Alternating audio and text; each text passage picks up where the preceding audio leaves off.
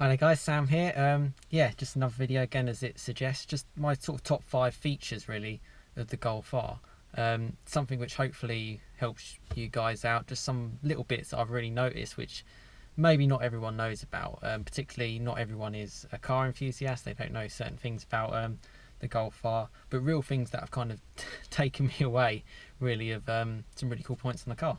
So yeah, I'll start straight away with kind of my number one point is actually the folding mirrors on the Golf. I'll show you some clips on this as I'm speaking.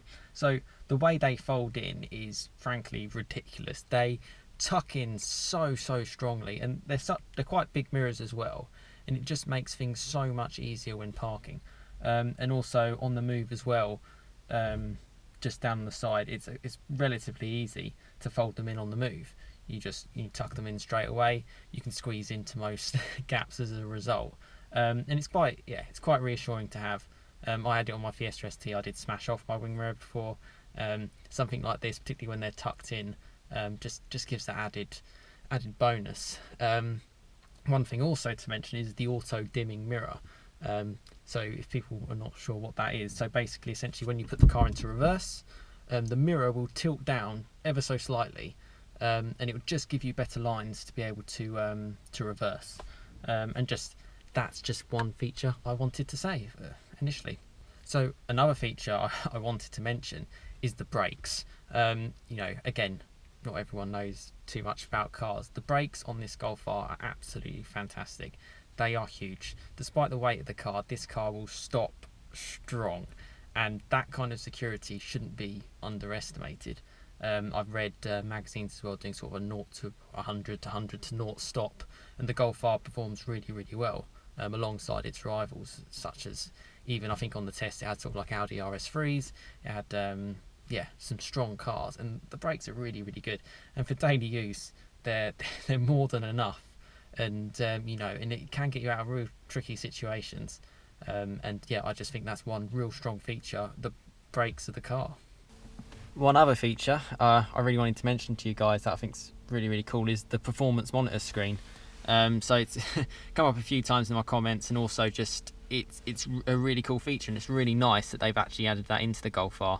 So just let people know how to get to it. So you actually just click on car, scroll through it,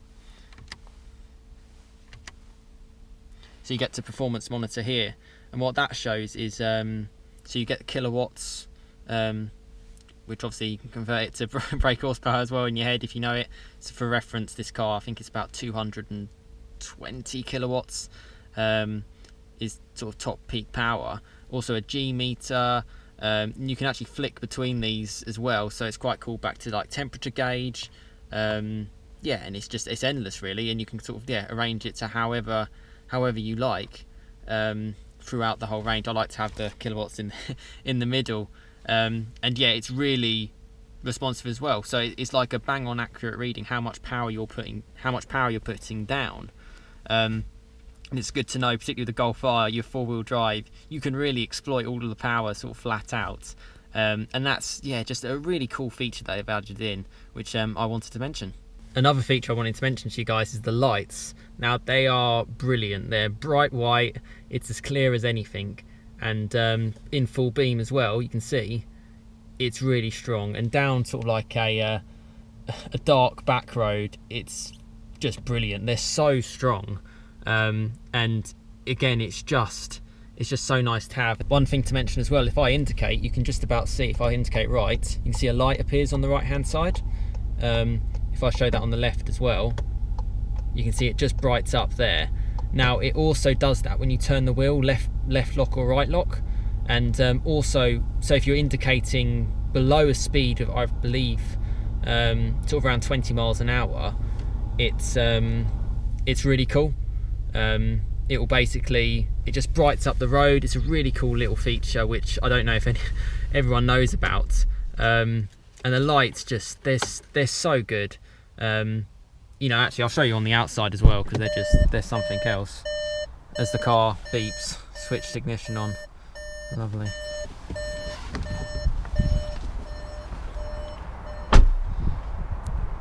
So the lights, you can see them, so bright, really good, look really cool, and really do the job. Even got little washer mounts as well for them. As you can see, they're nice and dirty, so help for them to clean them. But yeah, that's another feature I really wanted to mention about the Golf R. Another feature is, again, if people aren't 100% aware, the four-wheel drive. Now, people always assume, okay, it's a very high performance car, you know, 300 brake horsepower, and the power is put down the road better because of the four-wheel drive. But even at kind of slower speeds, if you lose traction on in the wet or in the snow, I've done a snow video as well, I'll put up there, and also sort of wet videos as well. The traction is fantastic. It will get you out of problems. We had in my road, we had snow. You know, if you have a rear wheel drive BMW 3 Series, he got stuck, not because he wasn't driving any particularly good, just because the car is difficult with rear wheel drive, sort of pushing him out to a curb. I went out in the exact same conditions in the Golf R, taking it relatively slowly, and I had absolutely no issues, and that is because of the four-wheel drive helps. Obviously tyres are a big point as well on that, but the four-wheel drive is that extra bit, which I think people underestimate just for normal daily use. There is a use for it. Okay, in bone dry conditions, the car probably will act as a front-wheel drive car, but certainly in the wet and in the snow, I can vouch for it, and it's a really good feature of the car. So those are my kind of main features that I wanted to mention. One little thing I just wanted to add as well around the car, if you get a Mark 7 Golf R after around 2016, what they did was, the car is extremely well spec'd anyway, but what they used to do is they used to not include things like sat-nav and the winter pack. And from 2016 up until the end of life of the Mark 7 Golf R, my one, they included sat-nav, and they included the winter pack as standard, which is essentially heated seats, heated washer, mirrors, heated mirrors, a few things like that, which really add to the car, which is already spec'd really highly with the auto folding mirrors, yeah, also lights, or radar guided cruise control, sat-nav, heated seats, climate control, you know, auto start stop, parking sensors all round, auto dim mirror. The list is endless on this car, and that was a completely standard spec. My car is a standard Golf R, other than the metallic paint, which I believe would have been an option, a cost option. Everything else is completely standard, and that's really cool for the Golf R. So if you're looking around, that's what I would potentially recommend. I hope you find this video useful, and yeah, thanks again for all the subscribers, all the likes. It's yeah, it's fantastic to see. There'll be plenty more to come on this Golf R, but for now, yeah, thank you very much for watching, and I'll see you again next time. Cheers, guys.